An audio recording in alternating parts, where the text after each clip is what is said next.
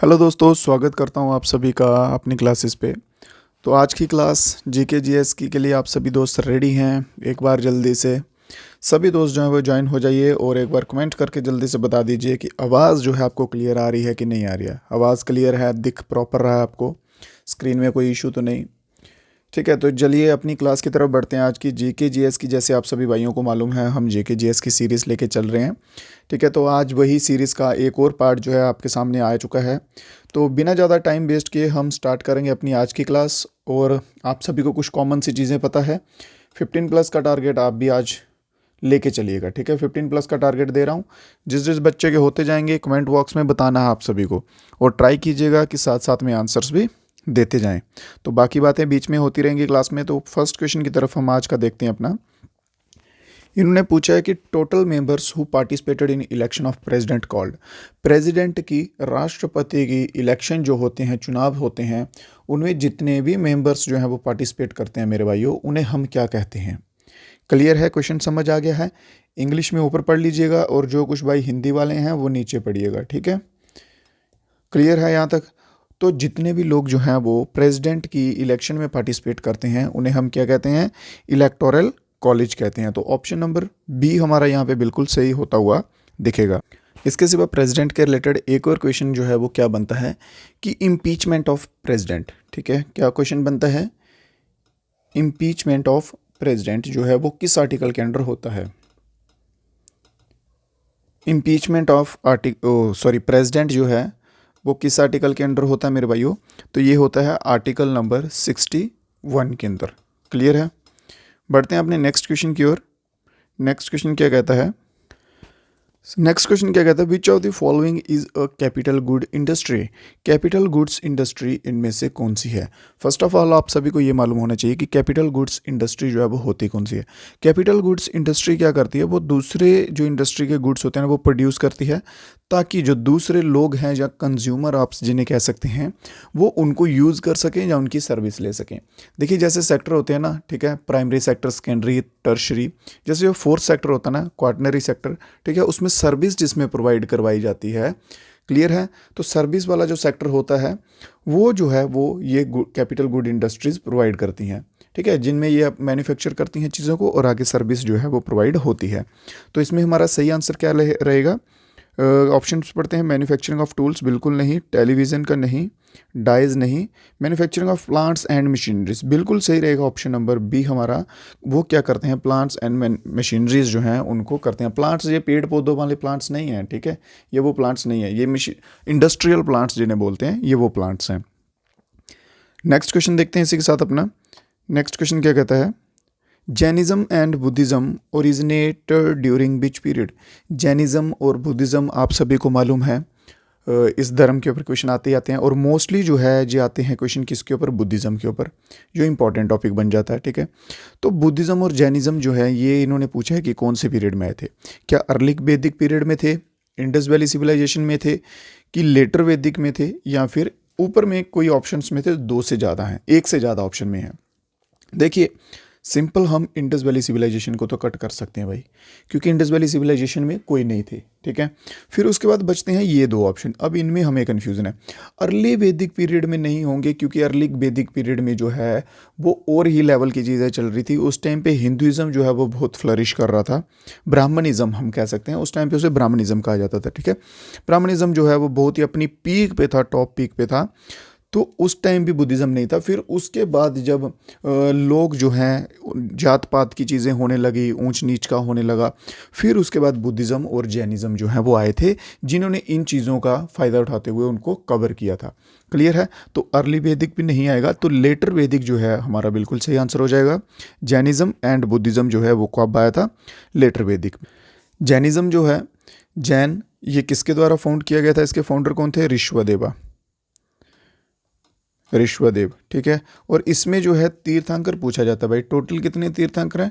24 तीर्थंकर हैं। टोटल 24 तीर्थंकर हैं, और 24th नंबर के कौन है? महावीर।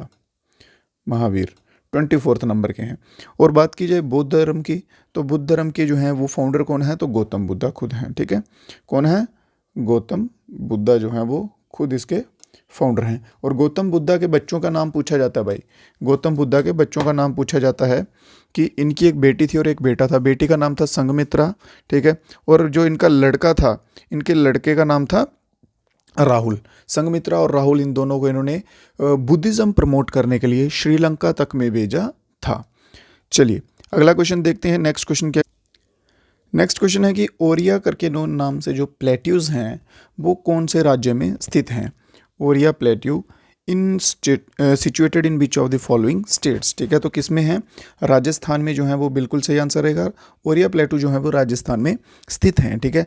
राजस्थान में कौन सी डिस्ट्रिक्ट में, सिरोही डिस्ट्रिक्ट में, सिरोही डिस्ट्रिक्ट, सिरोही जिला में जो है वो स्थित हैं। और ये one of the highest plateau हैं कहाँ के, स्टेट के। हाईएस्ट प्लेट्यू हैं कहाँ के भाइयों, स्टेट के हाईएस्ट हैं। क्लियर, स्टेट के हाईएस्ट प्लेट्यू हैं। इसके सिवा बात करते हैं राजस्थान में और नाम आते हैं, प्लेट्यू ऑफ मेसा करके, प्लेट्यू ऑफ मेसा आता है एक, ठीक है। फिर इसके बाद प्लेट्यू ऑफ क्रास्का आता है, प्लेट्यू ऑफ मेसा, प्लेट्यू ऑफ क्रास्का, और त्रिकुटा हिल्स तो आप सभी को मालूम होगा, त्रिकुट हिल्स, ठीक है। ये इंपॉर्टेंट नाम है, ये भी जो है वो राजस्थान में आते हैं। अगर इनमें से आपको कोई नाम दिख जाए इन फ्यूचर एग्जाम में तो ये भी आपको राजस्थान इनके साथ भी टिक करके आना है। क्लियर, चलिए बढ़ते हैं अपने अगले क्वेश्चन की तरफ। अगला क्वेश्चन क्या कहता है, from which 5 year plan did the public distribution system become a permanent plan. कौन सा 5 ईयर प्लान था भाई जिसमें पब्लिक डिस्ट्रीब्यूशन सिस्टम जो है वो परमानेंट हो गया था। पब्लिक डिस्ट्रीब्यूशन सिस्टम जो है वो परमानेंट प्लान बन गया था। कौन से नंबर का 5 ईयर प्लान है, और 5 ईयर प्लान भी बताइए, और हो सके पॉसिबल तो डेट भी बताइए कि कौन से ईयर में वो प्लान जो था आया था।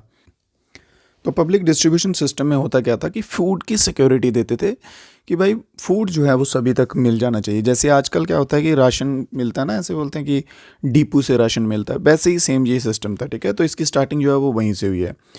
तो ये जो है ये आया था 7th 5 ईयर प्लान के अंदर। फिर इसके बाद ऑप्शन ए में क्या दिया हुआ है, 5th 5 ईयर प्लान। तो 5th 5 ईयर प्लान का टाइम पीरियड क्या है, 1974 से लेके 78 तक। क्या है, 74 से 78 तक जो है इस प्लान की ड्यूरेशन जो है वो रही है, ठीक है। और इसका भी मेन फोकस जो है वो किस पे रहा है, गरीबी हटाओ पे रहा है, एम्प्लॉयमेंट पे रहा है, और एग्रीकल्चर बेस पे जस्टिस पे रहा है। 6th 5 ईयर प्लान जो है, 6th 5 ईयर प्लान, हाँ बिल्कुल बिल्कुल सही। तो 6th 5 ईयर प्लान में क्या किया गया था, फैमिली प्लानिंग। अगर पूछ लिया जाए कि 6th 5 ईयर प्लान में क्या किया था, तो फैमिली प्लानिंग कि घर में एक परिवार में जो है वो कितने सदस्य होने चाहिए, कितने आवश्यक हैं, तो वो सब जो है वो 6th 5 ईयर प्लान में किया हुआ था। बढ़ते हैं अपने नेक्स्ट क्वेश्चन की ओर। नेक्स्ट क्वेश्चन क्या कहता है, इस क्वेश्चन को पहले हमें ध्यान से पढ़ना है। इन्होंने क्या बोला है कि इनमें से कौन सी स्टेटमेंट जो है वो करेक्ट नहीं है स्ट्रेटोस्फीयर से लेके, स्ट्रेटोस्फीयर से लेके, ठीक है, ध्यान सुनिएगा। इन्होंने बोला है कि पहला ऑप्शन बोला है स्ट्रेटोस्फीयर जो है वो मेसोस्फीयर के ऊपर होता है। दूसरा बोला है कि इसकी हाइट जो है वो 50 किलोमीटर तक होती है। तीसरा बोला है कि it contain a layer of ozone gas, इसमें एक ओजोन गैस की लेयर होती है। और फोर्थ ऑप्शन में बोला है कि ये ऑलमोस्ट जो है फ्री होता है क्लाउड्स में, इस लेयर में जो है वो क्लाउड्स नहीं होते हैं। क्लियर है, चलिए अब एक चीज़ मैं आपको एक ट्रिक बताता हूँ ये सब याद करने की। एक चीज़ लिखिए, trust me in the exam, trust me in the exam, ये एक लाइन लिख लीजिए। अब इससे जो है हम सारी लेयर्स जो है वो याद करेंगे, ठीक है। ट्रस्ट के साथ ट्रोपोस्फीयर आ जाएगी सबसे पहले, एस के साथ ST के साथ स्ट्रेटोस्फीयर आ जाएगी दूसरे नंबर, ME के साथ मीजोस्फीयर आ जाएगी, IN के साथ आइनोस्फीयर आ जाएगा, ठीक है। फिर TH के साथ थर्मोस्फीयर आ जाएगा, फिर EXA के साथ एक्सोस्फीयर आ जाएगा। क्लियर, ये सभी, ये लास्ट में एक्सोस्फीयर आ जाएगा। ये सभी जो है वो लाइन वाइज हो जाएंगे, सीक्वेंस वाइज हो जाएंगे।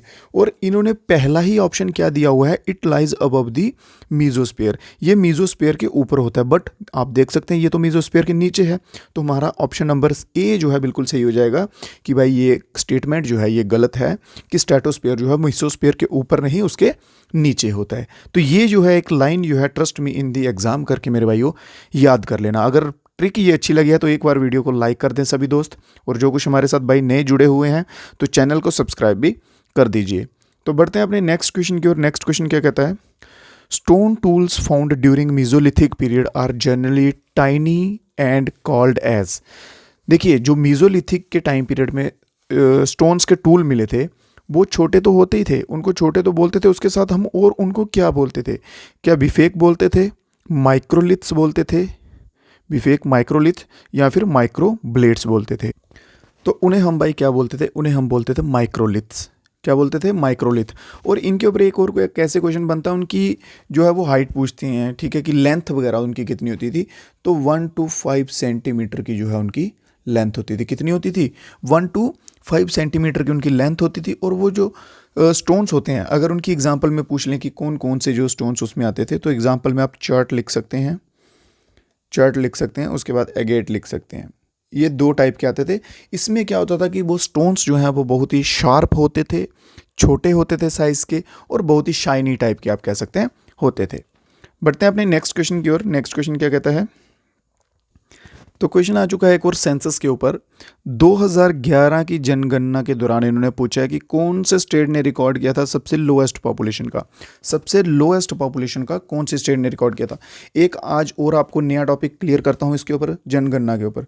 तो सबसे पहले अगर फर्स्ट टाइम अगर बात की जाए तो सबसे पहले जो है वो सेंसस कब हुआ था, 1872 में हुआ था। 1872 में हुआ था। और ये किसके अंदर हुआ था, वाइसराय मायो के अंदर, वाइसरॉय मायो के अंदर जो है ये हुआ था। और ये इनकम्प्लीट था। क्या था ये, इनकम्प्लीट था, ये था इनकम्प्लीट। फिर वो क्वेश्चन कैसे पूछता है एग्जामिनर कि बताइए फर्स्ट कंप्लीट सेंसस जो है वो कहाँ हुआ था, कब हुआ था। तो फर्स्ट कंप्लीट सेंसस जो है वो कब हुआ था, तो 1881 में, 1881 में जो सेंसस हुआ था ये हुआ था भाई हमारा कंप्लीट सेंसस। कौन सा सेंसस, कंप्लीट सेंसस जो है ये 1881 में होता। सबसे पहले कहाँ कब हुआ था, 1872 में। और ये इनकम्प्लीट रहा था, किसके द्वारा किया गया था, वाइसराय मायो के द्वारा। और फर्स्ट कंप्लीट जो है ये 1881 में हुआ था। और अब हम अपने यहाँ क्वेश्चन की तरफ। तो इन्होंने पूछा कि सबसे लोएस्ट पॉपुलेशन के बारे में। तो सबसे लोएस्ट पॉपुलेशन जो मेरे भाई थी वो किसकी थी, सिक्किम की थी। तो ऑप्शन नंबर सी हमारा बिल्कुल सही आंसर आ जाएगा। अगर बात कर लें सिक्किम के बाद किसकी थी भाई, तो सिक्किम के बाद दूसरे नंबर पे जो है वो मिज़ोरम था। कौन सा था, मिज़ोरम था। और अगर तीसरा नंबर भी पूछ लें तो अरुणाचल प्रदेश, अरुणाचल प्रदेश जो है वो तीसरे नंबर पे बिल्कुल सही था। ठीक है, क्लियर है यहाँ तक, किसी भाई को कोई डाउट तो नहीं। अगर कोई डाउट रह जाता है इसके बाद भी भाई तो कमेंट बॉक्स में आप बता सकते हैं, आपको आंसर जो है वो डेफिनेटली मिलेंगे। तो बढ़ते हैं अपने नेक्स्ट क्वेश्चन की ओर। कौन से मुगल एम्पायर को जिंदा पीर जो है वो कहा जाता था। क्या क्वेश्चन आया है भाई, जिंदा पीर जो है किसे कहा जाता था, तो औरंगजेब जो है बिल्कुल हमारा सही आंसर हो जाएगा। औरंगजेब को जिंदा पीर कहा जाता था। क्लियर है, किसको कहा जाता था, औरंगजेब को।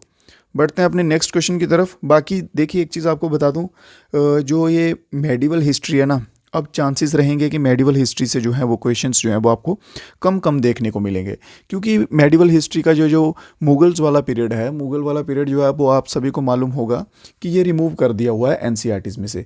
तो आप एक्सपेक्ट कर सकते हैं कि इसमें ज़्यादा क्वेश्चन आपको नहीं देखने को मिलेंगे। हो सकता है कोई एक आधा इक्का दुक्का जो आपको देखने को मिल जाए। तो अगला क्वेश्चन हमारा क्या कहता है, who was responsible for causing the partition of Bengal. Bengal का जो भाई विभाजन हुआ था उसके लिए जिम्मेदार जो है वो कौन है। सबसे पहली बात आती है कि बंगाल का विभाजन हुआ कब था, तो 1905 में जो है बंगाल का विभाजन हुआ था, सबसे पहली बात। ठीक है, फिर बात आती है कि किसके द्वारा हुआ था, वही कि पार्टीशन के लिए जिम्मेदार कौन है, तो कर्जन जो है, इसकी वजह से जो है ये पार्टीशन हुआ था। कर्जन को जो है वो जिम्मेदार कहा जाता है कि बंगाल के विभाजन का जिम्मेदार ये है। तो कर्जन को ठहराया जाता था जिम्मेदार। बट एक ऐसा व्यक्ति भी था हार्डिंगे करके, हार्डिंगे 2 करके, जिसने पार्टीशन एक बार कैंसिल भी किया था। पार्टीशन एक बार विभाजन जो है इसको कैंसिल भी किया था कि नहीं होगा। क्लियर है, अगर पूछ लें कि ऐसा कौन सा था भाई व्यक्ति जिसने पार्टीशन कैंसिल किया था, तो हार्डिंगे 2 करके आएगा, हमारा आंसर बिल्कुल सही आएगा। और अगर पूछ लिया जाए कि कौन था भाई इसके लिए जिम्मेवार, तो कर्जन जो है ऑप्शन नंबर ए हमारा बिल्कुल सही बैठेगा। और कब हुआ था, 1905 में जो है वो हुआ था। अगला प्रश्न, नेक्स्ट क्वेश्चन क्या कहता है, एज पर यूनियन बजट 2023-24 के according how many farmer have benefited under PM किसान सम्मान निधि। पीएम किसान सम्मान निधि के अंदर 2023-24 में कितने फार्मर्स जो हैं जिनको फ़ायदा पहुंचा है। तो डाटा के अकॉर्डिंग क्या बताया जाता है कि 11.4 करोड़ जो फार्मर हैं जिनको इसका बेनिफिट मिला है। इसमें क्या होता है कि गवर्नमेंट जो है वो किसानों के खाते में आई थिंक 2 के 3 महीनों का कुछ 2-3 हज़ार रुपये डालती है। एक तो ये स्कीम है इसके रिलेटेड। क्लियर। तो बढ़ते हैं नेक्स्ट क्वेश्चन की तरफ अपने। नेक्स्ट क्वेश्चन क्या कहता है, which among the following dance is also known as Ekaharya where one dancer take on many roles in single performance. भाई इनमें से कौन सा डांस है जिसे इकारिया भी कहा जाता है, ठीक है, और उसमें एक डांसर जो है वो बहुत ही अलग अलग रोल्स भी जो है वो प्ले कर लेता है। इकारिया डांस में कौन सा डांस फॉर्म है जिसमें अलग अलग रोल्स जो है वो प्ले किए जाते हैं। आपको हिंट के लिए बता दूं, जल्दी से अभी कमेंट बॉक्स में आंसर आने दीजिए कि वो डांस जो है वो सबसे ओल्डेस्ट क्लासिकल डांस है इंडिया का। इंडिया का सबसे ओल्डेस्ट क्लासिकल डांस है जिसे इकारिया कहा जाता है, और उसमें सिंगल डांसर जो है वो अलग अलग फॉर्म्स जो है वो परफॉर्म करता है। जल्दी से कमेंट बॉक्स में आंसर बता दीजिए जल्दी से सभी दोस्त कि कौन सा रहेगा। बिल्कुल सही मेरे भाई, भारतनाट्यम जो है ऑप्शन नंबर सी जो है बिल्कुल सही रहेगा। कौन सा? Bharatanatyam, option number C. और भारतनाट्यम है कहाँ का? भारतनाट्यम है तमिलनाडु का। कथकली यहाँ पे दिया हुआ है, कथकली कहाँ का है? कथकली है केरला का। फिर उसके बाद कथक है यूपी का। कुचिपुड़ी है आंध्र प्रदेश का। कहाँ का? आंध्र प्रदेश का कुचिपुड़ी हो जाएगा। बाकी सभी डांसेस आपको क्लियर हैं। तो बढ़ते हैं नेक्स्ट क्वेश्चन की तरफ। साथ साथ में दोस्तों वीडियो को लाइक करते जाइए सभी दोस्त। अगर क्वेश्चन अच्छे लग रहे हैं, समझ आ रहे हैं, रेलिवेंट लग रहे हैं तो वीडियो को ज़रूर लाइक कीजिएगा, और हो सके तो कमेंट बॉक्स में अपना रिव्यू जो है वो 1 मिनट का टाइम निकाल के, 10 सेकंड का टाइम निकाल के रिव्यू ज़रूर दे दीजिएगा। तो इसी के साथ बढ़ते हैं अपने नेक्स्ट क्वेश्चन पे। अगला क्वेश्चन हमारा जो है वो क्या कहता है, Lovlina Borgohain is associated with which sports. Lovlina जो है ये किस स्पोर्ट से संबंधित है? भाई इनका नाम अभी पीछे रहा था, ठीक है, जल्दी से बता दीजिए जल्दी से। तो ये बॉक्सिंग 69 केजी की कैटेगरी, कौन सी कैटेगरी? 69 केजी की कैटेगरी, और बॉक्सिंग से जो है ये संबंधित है लोवलिना। अगर बात की जाए लोवलिना जो है ये है कहाँ से, तो ये आती हैं असम से। कहाँ से आती हैं भाई? असम से जो है ये आती हैं लोवलिना। क्लियर है। और बढ़ते हैं अपने नेक्स्ट क्वेश्चन की ओर। इसी के साथ नेक्स्ट क्वेश्चन क्या कहता है, which economic concept refer to the total value of goods and service produced within a country border in a specific time period. वह कौन सी एक आर्थिक, मतलब कह सकते हैं आपकी एक टाइम पीरियड है जो कि देश के अंदर, जो देश की बॉर्डर सीमा के अंदर जो चीज़ें बनती हैं, उत्पाद होता है चीज़ों का, ठीक है, उनकी जो कुल मूल्य, कुल वैल्यू, जो टोटल वैल्यू होती है उसको निर्धारित किया जाता है। वो किसके द्वारा किया जाता है? GNP, gross national product? नहीं, बिल्कुल नहीं होगा ये, ठीक है। फिर उसके बाद नेट नेशनल प्रोडक्ट हो गया, नेट डोमेस्टिक प्रोडक्ट हो गया। नेट नहीं आएगा, ये ग्रॉस में आएगा क्योंकि ये पूरा होता है, ठीक है। और नेट कौन सा होता है? मान लीजिए एग्जांपल के लिए बता दूं, अगर ये गैस सिलेंडर है, इसका वेट इन्होंने बताया है 50 किलो, और जो बीच में गैस भरी हुई है वो है 30 किलो। तो अगर ग्रॉस पूछेंगे तो ग्रॉस होगा 50 किलो, ये पूरा आ जाएगा। अगर उन्होंने पूछेंगे नेट तो नेट आएगा 30 किलो, ठीक है। इसी तरह ये ग्रॉस की कैटेगरी में आएगा। और ग्रॉस डोमेस्टिक प्रोडक्ट, हाँ, तो जीडीपी जो है, जीडीपी के अंडर जो है ये इसकी मिनिमम टाइम पीरियड के अंदर जो है इसकी वैल्यू जो है वो आप कह सकते हैं सेट होती हैं। तो कौन सा ऑप्शन नंबर रहेगा? ऑप्शन नंबर बी हमारा बिल्कुल सही आंसर रहेगा। नेक्स्ट क्वेश्चन देखते हैं इसी के साथ। The Tappu dance from Arunachal Pradesh is performed by members of. Tappu dance जो है भाई ये कौन सी ट्राइब के मेंबर्स के द्वारा परफॉर्म किया जाता है? तो टप्पू डांस जो है ये आदि ट्राइब के मेंबर्स के द्वारा परफॉर्म किया जाता है। टप्पू डांस आदि ट्राइब के मेंबर्स के द्वारा किया जाता है। ये कहाँ की ट्राइब है? ये अरुणाचल प्रदेश, हाँ ये इधर दिया हुआ है, ठीक है। तो ये अरुणाचल प्रदेश की जो है वो ट्राइब है। क्लियर है, अरुणाचल प्रदेश की ट्राइब है। इसके सिवा ये भी देख लेते हैं लगे हाथ, मुंडा ट्राइब। मुंडा ट्राइब कहाँ की है? मुंडा ट्राइब है झारखंड की है, बिहार में भी पाई जाती है, और कुछ पार्ट इसका उड़ीसा में भी है, मुंडा ट्राइब का। फिर उसके बाद बात करते हैं सेकंड ऑप्शन दामोह ट्राइब की, तो ये गुजरात में है। कहाँ पे है भाई? गुजरात में है। फिर तीसरे साइड पे बात करते हैं, तो ये ट्राइब जो है ये राजस्थान में पाई जाती है। राजस्थान में जो है ये ट्राइब पाई जाती है। तो ऑप्शन नंबर इसमें हमारा कौन सा सही रहेगा? ऑप्शन नंबर डी जो है बिल्कुल सही रहेगा। अगला क्वेश्चन देखते हैं भाई ना, गोवा में क्या है कि एक थैंक्स गिविंग करके एक फेस्टिवल मनाया जाता है। क्या? थैंक्स गिविंग करके एक फेस्टिवल मनाया जाता है जो कि गोवा में होता है। ठीक है, तो उससे जो है हम क्या कहते हैं, निम्नलिखित त्योहारों में से कौन सा धन्यवाद शापन त्यौहार है जो मुख्य रूप से गोवा में मनाया जाता है, तो उस फेस्टिवल का नाम है लुधियाना। ठीक है, लुधियाना जो है उस फेस्टिवल का नाम है, थैंक्स गिविंग फेस्टिवल करके हम उसको बुलाते हैं। क्लियर है। इसके सिवा जो है हॉर्नबिल जो है, हॉर्नबिल कहाँ का भाई, नागालैंड का। कहाँ का है हॉर्नबिल, नागालैंड का। बिहुला जो है वो बिहुला आपको करवाया हुआ है मैंने, बिहुला कहाँ का है, झारखंड का, झारखंड का बिहुला है। बिहुला की मैंने आपको एक चीज़ और बताई थी कि ये ना वो उस ट्राइब से आते हैं जो सांप वगैरह पकड़ते हैं और उनका जहर जो है वो निकालते हैं। याद होगा किसी बच्चे को तो बताया हुआ है मैंने, ठीक है, बिहुला का। फिर उसके बाद बात करते हैं मयोको की, तो ये कहाँ का है, अरुणाचल प्रदेश का। कहाँ का भाई, अरुणाचल प्रदेश का मयोको है। ठीक है, तो हमारा सही आंसर कौन सा हो जाएगा, ऑप्शन नंबर ए हो जाए, ए नहीं ऑप्शन नंबर डी। ठीक है, लुधियाना जो है ये हमारा बिल्कुल सही आंसर हो जाएगा, जो कि थैंक्स गिविंग फेस्टिवल के नाम से मनाया जाता है। अगला क्वेश्चन क्या कहता है कि उस्ताद अलाउद्दीन खान जो एक फेमस इंडियन म्यूजिशियन हैं, उस्ताद अलाउद्दीन खान जो एक फेमस इंडियन म्यूजिशियन है, वो किस म्यूज़िक इंस्ट्रूमेंट से संबंधित हैं। तो ये भाई किससे संबंधित है, ये इंस्ट्रूमेंट है सरूद। अलाउद्दीन खान जो है वो किससे संबंधित है, सरूद से। एक हो सकेगा तो एक स्टैटिक्स जीके की जो है वो फुल क्लास या मैराथन टाइप आप कह सकते हैं, वो कर लेंगे किसी दिन लाइव आके, तो उसमें जो है आपको ये सब जो है वो कवर करवा देंगे। ठीक है, इसमें क्वेश्चंस किस टाइप के बनते हैं, डांस फॉर्म्स का पूछ लेते हैं, या किससे संबंधित हैं जो म्यूजिशियन है वो पूछ लेंगे, या उनके घराने पूछते हैं। मेनली क्या पूछते हैं, घराने, तो वो सब भी आपको कवर हो जाएगा, उसके लिए टेंशन मत कीजिए। ठीक है दोस्तों, तो आज की क्लास के क्वेश्चंस जो हैं वो हो चुके हैं, आज की क्लास डन हो चुकी है हमारी। सभी दोस्त जो हैं वो एक बार कमेंट सेक्शन में बता दीजिए कि आज की क्लास जो है आपको कैसी लगी है, इंटरेस्टिंग लगी है, कुछ नया सीखने को मिला है आपको इससे कि नहीं मिला है। ठीक है, और इसके सिवा रिव्यू वगैरह आप अपना दे दीजिएगा और क्लास को लाइक भी कर दीजिए। अगर कोई डाउट रहता है फिर भी तो नीचे व्हाट्सएप ग्रुप का लिंक दिया रहेगा, वो आप ज्वाइन कर सकते हैं। वहाँ पे आपको PDF हो गए या फिर कुछ अपडेटेड नोट्स वगैरह हो गए, वो आपको टाइम टू टाइम वहाँ पे अपलोड होते रहते हैं। तो दीजिए इजाज़त मेरे भाइयों, तब तक के लिए जय हिंद, जय भारत।